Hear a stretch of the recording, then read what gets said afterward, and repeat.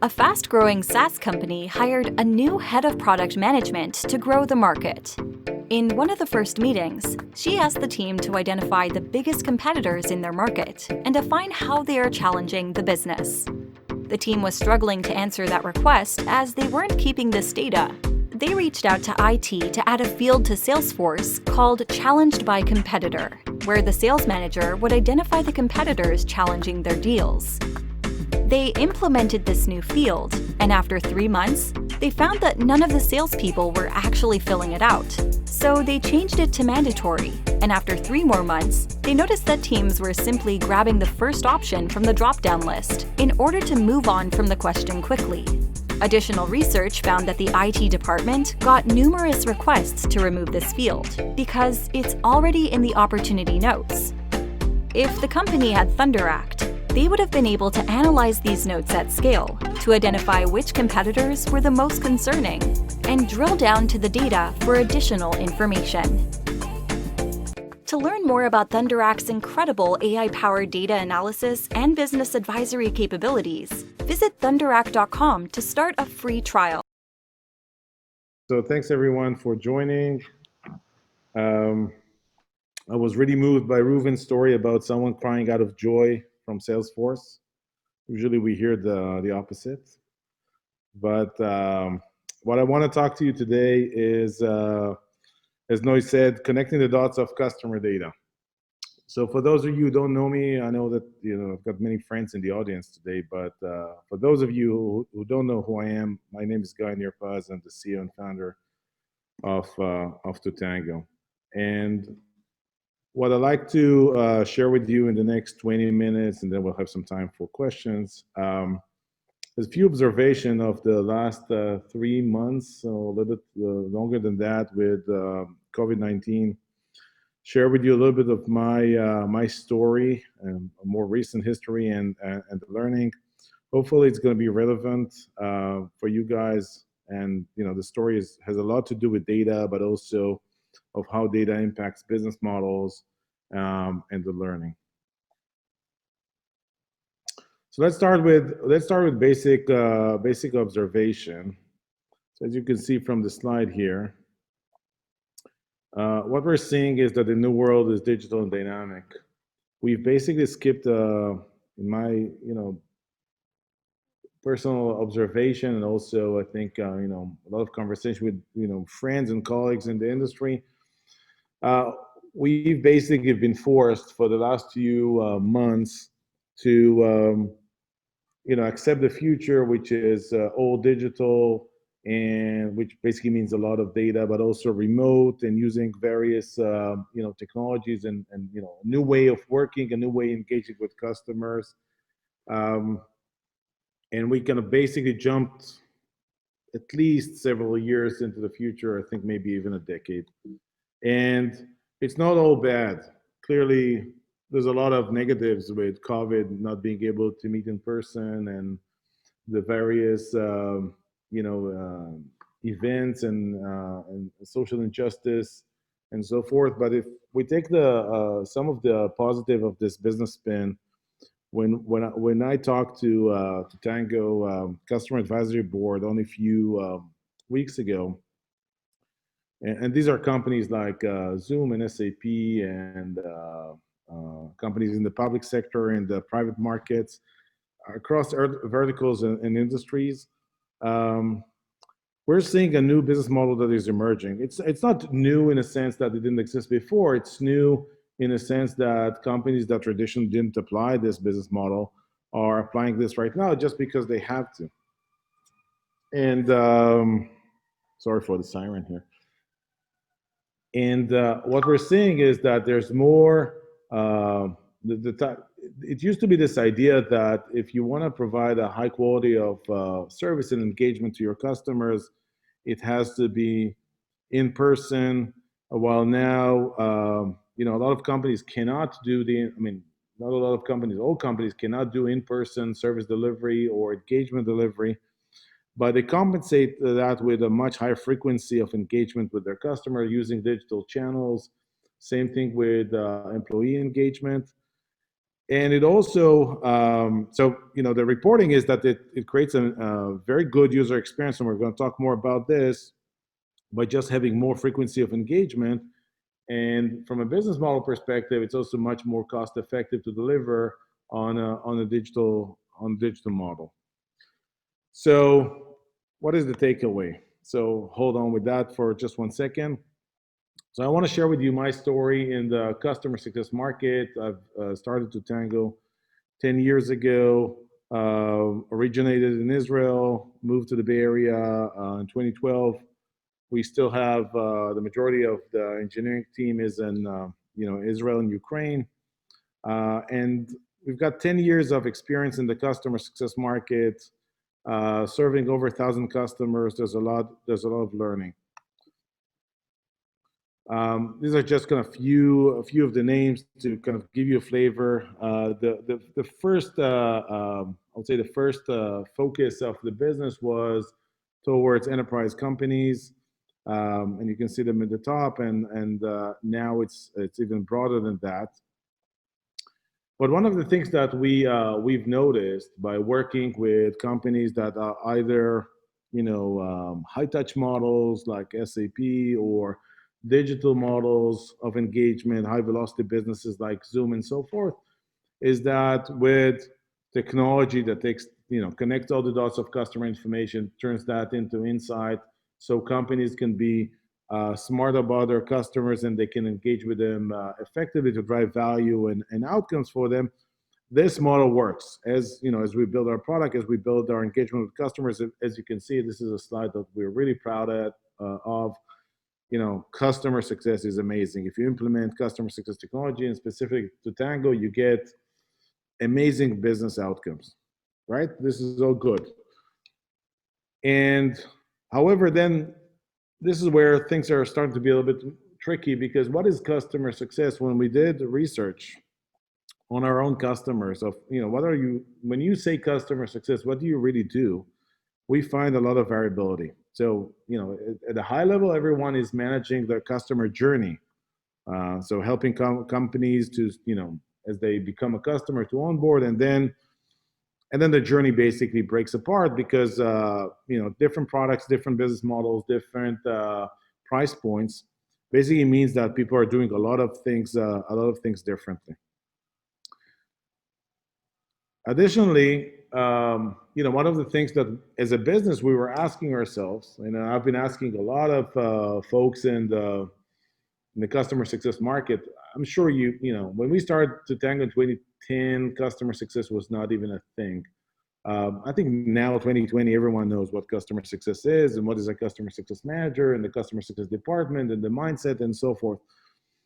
And with all this kind of growth in the customer success market, and those amazing results that I just demonstrated to you a few slides ago, there's a question that we've been asking ourselves. So why is not every business that has customer, every company that that uses HR technology for their employees, and uses CRM for sales, and uses financial technology for managing their finances and books, why not all of them are implementing Totango for everything customer?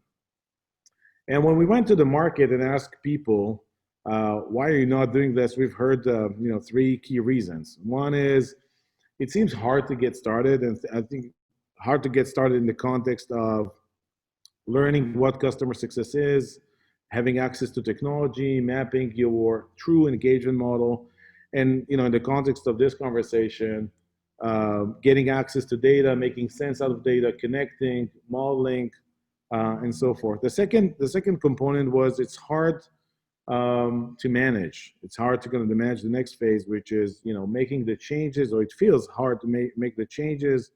It might be very expensive, and maybe we should use the existing systems that we've got, or it's not very clear what the results are. What's the right way to measure it, and is it worth the investment, and whether I'm going to be able to get the organizational structure.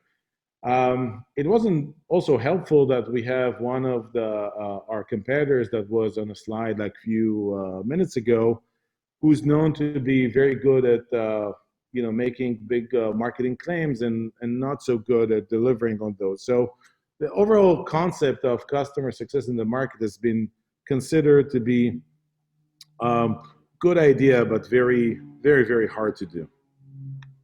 So we recognize that if we want to be successful in business and taking the business to the next level, we really need to solve these problems, and the way to solve it is through data and technology and making it all easy. So we took, I would say, 18 months ago, a fresh look at the customer success market and our market in general.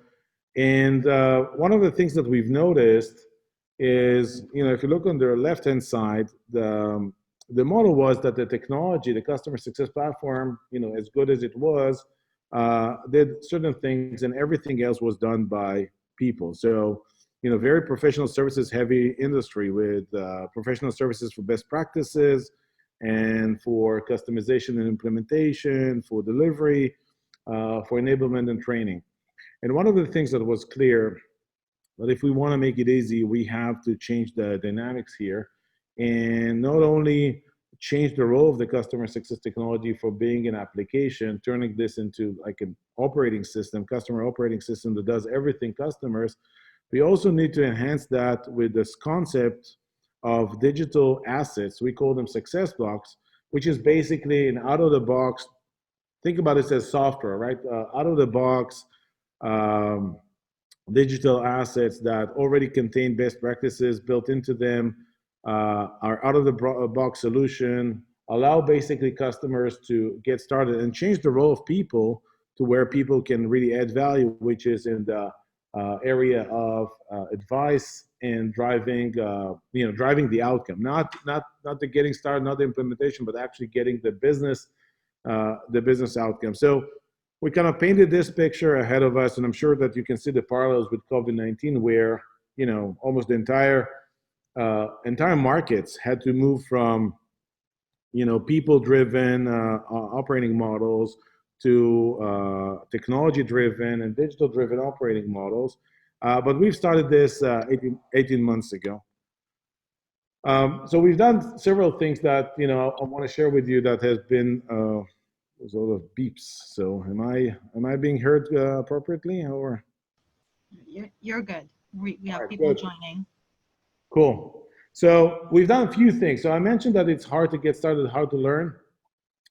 So the first thing we've done is we came up with a freemium business model. So we changed the business model from enterprise sales business model. We've added a component of freemium beginning of the year. Anyone that wants to learn about customer success can go and start, and do this on their own. I saw a few of my friends from, my infrastructure software days in the audience, but it's very similar to the way open source have been able to introduce complex ideas by basically allowing developers to try out and learn on their own time in order to really kind of get a grasp of it. So learning customer success, we created a freemium edition. We added a freemium version to the community. The second thing that we've done, as I mentioned, because we've seen that customer success is so many things for so many people, we've digitized it. We've created this concept called success blocks, which is building blocks of things that people do. Like think about this as workflows. Could be life cycle based, like onboarding, adoption, renewal, expansion. Could be program based, like voice of customer, NPS, CSAT. Could be anything customer center. And we put this in the store, which we call the Success Book Marketplace, which is basically allows anyone from any motivation that they have to kind of consider customer success technology to get started and get an out of the box mapping. When I talk to very experienced customer success leaders, they would say we either don't have the engagement model, meaning the process, or we have it and we feel it's very hard to map it into technology. So we set the concept of success blocks and the concept of the success block marketplace as a way to solve this specific problem. We've also organized it around categories that are, customer language. It's not, as you can see, almost nothing here talks customer success and customer success jargon besides the first one. It is the things that people want to do with the customer. It's either drive digital engagement or optimize revenue or improve customer experience, or if they came in through knowledge of a methodology, whether it's farm don't hunt, which is Totango's methodology, or TSIA or Cisco or any other company and so forth. And so you get kind of the point here. And all these categories are categories that companies invest in order to drive better experiences for their customers and better outcome for their customers, like Wonder Woman in this image. And we've also committed to something that has been working for me personally very well for years, which is a data-driven execution model. Right. So when now we're going one step deeper. So when companies implement those success blocks, we commit to results within several weeks. And the way those results are being worked, there's a very simple concept here. All of you that kind of know, agile software development or any other loop, feedback loop-based processes, including data, can recognize this flow. But the idea was, connect the data sources that allow you to make smart decisions, set up the engagement model, run the business automatically. This is where, Totango, the customer OS, comes into play. Measure the performance and make it easy to make those changes against those goals. And we've actually, this is a model that we've seen working very, very well, for our customers, but we've standardized this in Totango. Furthermore, when we launched our freemium model, this is what we did, right? So we connected website information, sign up data, usage of the product, activation, and all the steps in order to actually see whether this freemium model is working, in order to optimize all that. Now, I can share with you that, and this is the part where I'm kind of sharing this information with you. Here's what we've been able to do. So think about this as a company that was designed initially to solve the enterprise customer success challenge for businesses kind of focused on building great technology to deliver on that, being very successful in very complex and large organization, all of a sudden making a switch and introducing a digital model to run a business in addition to what we've had before. So here's what we've learned. And the reason why this is so important is because so many companies are going through this transformation right now. So when you go to digital journey and self-service,